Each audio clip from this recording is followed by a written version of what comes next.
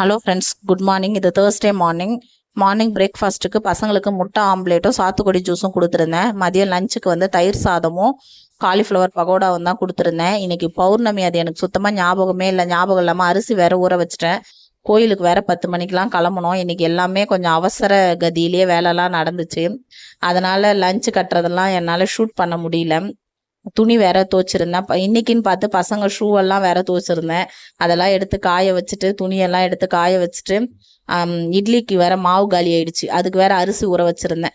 அதையும் எடுத்து கிரைண்டரில் போட்டு அரிசி உளுந்து எல்லாத்தையும் எடுத்து கரைச்சி வச்சுட்டு அதுக்கப்புறம் தான் கோயிலுக்கு போனோம். இன்னைக்குன்னு பார்த்து என் ஹஸ்பண்ட் பைக்கும் ரிப்பேரு. அவர் வந்து என் பைக்கை கொண்டு போயிருக்காரு. நடந்து தான் வேற போனோம். எல்லாமே இன்னைக்கு சொதப்பி வச்சிருக்கு. கோயிலுக்கு கரெக்ட் டைம் போவேனா இல்லையானே தெரியல.